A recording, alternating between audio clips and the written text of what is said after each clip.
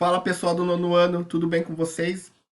Hoje a gente vai iniciar a nossa segunda aula da apostila 2, onde a gente está falando de globalização, né? Então, na primeira aula, eu dei todo um contexto de globalização para vocês, como que a internet revolucionou a forma de comunicação, de realização de negócios, principalmente no final do século XX, início do século XXI, e acentuou o processo de globalização.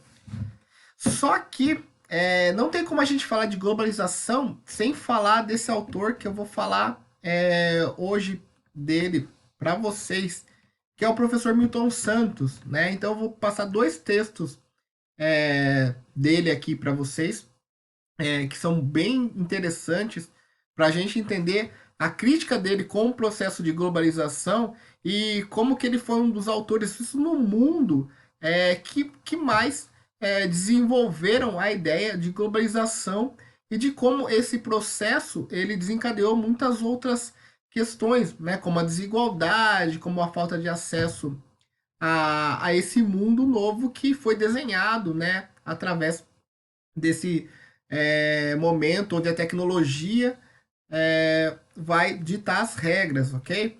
Então eu vou passar para vocês um texto chamado Globalitarismo e Globalização Solidária, que é um texto do Amarildo Diniz, que ele fala dessa ideia do Milton Santos e depois fala um pouco dessa questão dos espaços opacos e luminosos, que é uma tese do professor Milton. Então aqui, quem não conhece, esse é o professor Milton Santos.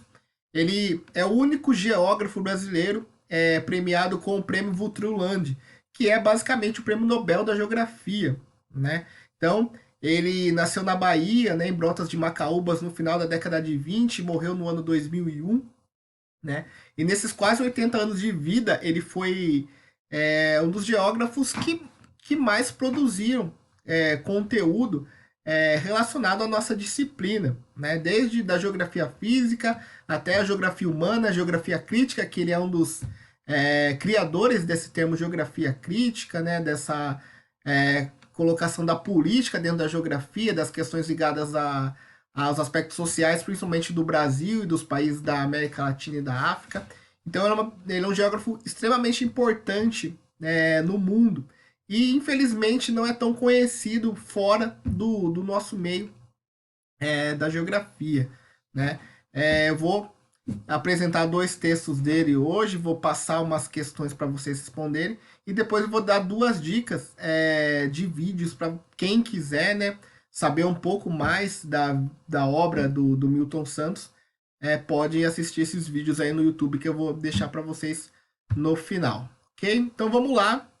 Globalitarismo e globalização solidária. O geógrafo Milton Santos, em seu livro Para uma Outra Globalização, do Pensamento Único à Consciência Universal, descreve a globalização em três óticas: fábula, perversidade e possibilidade para o futuro.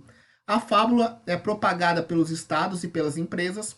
Eles dizem que a globalização seria inevitável, ou seja, propagam um pensamento único. Então, as empresas, os estados pintam a globalização como fábula, né? Ou seja, como uma coisa bela que não tem como sair dela, onde todo mundo vai ter os mesmos acessos, tal.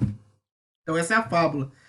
A perversidade da globalização acontece pois seus benefícios não alcançam a todas as pessoas. Ao mesmo tempo, muitos são excluídos da festa do consumismo, propagado pela publicidade todos os dias, pelos meios de comunicação. Grande parte da humanidade vive em situação de extrema pobreza, é uma espécie de globalitarismo, uma mistura de globalização com autoritarismo. Então a perversidade, nono, vem nesse sentido. A globalização existe, mas nem todo mundo vai ter acesso aos benefícios da globalização. Tecnologia, o acesso a bens, o acesso a consumo, porque a gente vive num mundo desigual, onde a maioria das pessoas vive em situação de extrema pobreza, principalmente nos países da América Latina, da África, da Ásia, né, onde muita gente se encontra nessa situação. Então, o Milton fala da globalização como perversidade. Aí, seria possível uma nova globalização enquanto possibilidade para o futuro?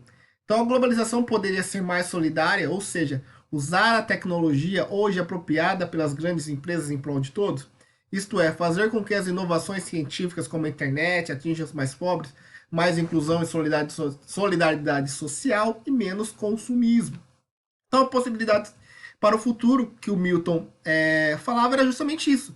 Você usar dos meios de comunicação, da internet, para, de alguma forma, ajudar as pessoas mais pobres. Né? De que forma? Você pode usar uma câmera que nem todo mundo tem acesso, mas para denunciar uma desigualdade, um desvio de verba. Né? Então você pode usar esses meios que a tecnologia dá, essa rapidez, e fazer as denúncias, fazer as críticas e tentar ajudar as pessoas. Então essa seria a possibilidade para o futuro. Então o Milton Santos desenha a globalização dessas três formas: a fábula, a perversidade e a possibilidade para o futuro. Né? Bem interessante essa tese dele. E a outra questão que ele também fala sobre a globalização é a questão dos espaços luminosos e espaços opacos. Então, vamos lá. O geógrafo Milton Santos estudou as desigualdades socioespaciais nos territórios e no espaço urbano. O professor identificou espaços luminosos e espaços opacos. Os espaços luminosos são um bom exemplo do meio técnico, científico e informacional. Apresentam maior densidade de fixos, ou seja, transportes, rodovias, ferrovias e hidrovias, empresas, hospitais, universidades, escolas e instituições de cultura. Esses espaços facilitam os fluxos de informação, conhecimento, pessoas e mercadorias e capital. Então, pessoal, essa questão, é claro que o Milton ele acaba usando umas palavras um pouco mais difíceis aí, né? A questão do meio técnico, científico, formacional, dos densidade de fixo, mas nada, essa questão dos espaços luminosos, espaços opacos, nada mais é que a luminosidade mesmo física dos lugares. Por exemplo, aqui a gente observa o mapa do Brasil aqui. O espaço mais iluminado é justamente a região sudeste, principalmente São Paulo, e especialmente aqui a capital. Ou seja, é espaço onde tem mais desenvolvimento, mais cidade, mais universidade, mais hospitais, né? Enquanto outras regiões do Brasil não tem tanto essa luminosidade. Por isso que ele faz até essa brincadeira dos espaços luminosos com os espaços opacos. Ou seja, espaços opacos é onde não tem tanto essa luminosidade, ok?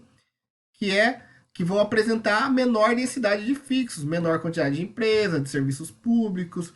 Numa cidade pode ser densamente povoados com população, mas apresentam menos fixos e fluxos e dão menor intensidade. São espaços habitados pelos mais pobres. Os territórios opacos atraem menos investimentos privados e por vezes não recebem atenção dos governos. Então é justamente isso. Essa relação entre espaços luminosos e espaços opacos é essa contradição entre os lugares que têm a melhor condição de vida, onde moram os mais ricos, onde tem o maior acesso a bens públicos e privados, e os espaços sem luminosidade ou opacos são espaços onde justamente ocorre o contrário, onde residem as pessoas mais pobres, onde não tem essa quantidade de benefícios para as pessoas. Certo?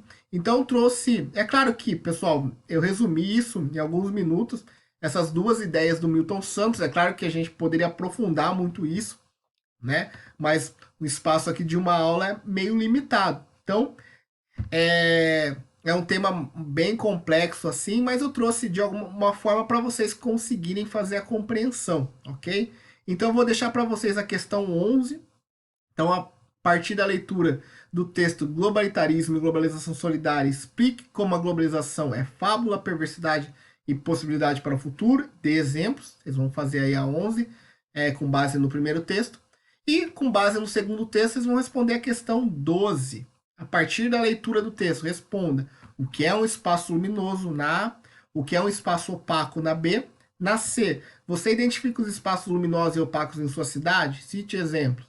Na sua cidade, né, existe espaços onde tem concentração maior de riqueza e outros espaços onde tem maior concentração de pobreza, basicamente.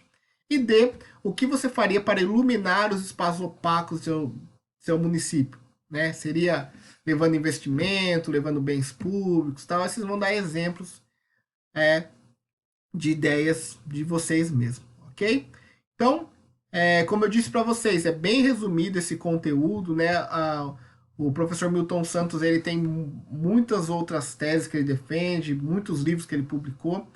E quem se interessar pelos estudos dele, eu vou deixar como dica aqui no YouTube a entrevista dele no Roda Viva, que é uma aula magna, tipo, que ele fez em 97, né? Muito interessante essa entrevista dele.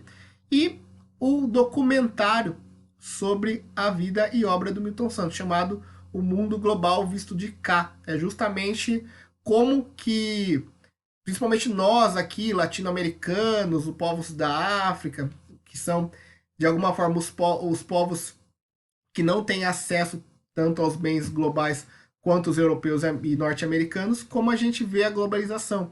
Então, esse documentário é muito interessante, que mostra o Milton Santos defendendo as ideias dele em congressos, em palestras, e em contraponto também aparecem manifestações do pessoal da Bolívia contra a privatização da água, o pessoal do movimento do Sem Terra. Então, é um documentário muito interessante também. Então, só digitar Milton Santos no YouTube são as primeiras coisas que aparecem aqui, tá? Isso é mais para critério de informação mesmo, para quem quiser se aprofundar um pouco mais nessas ideias do professor Milton Santos. Tá certo, nono ano? Então a gente fica por aqui, responda a 11 e a 12, qualquer dúvida, estamos no WhatsApp, mande as atividades por lá também e até a próxima.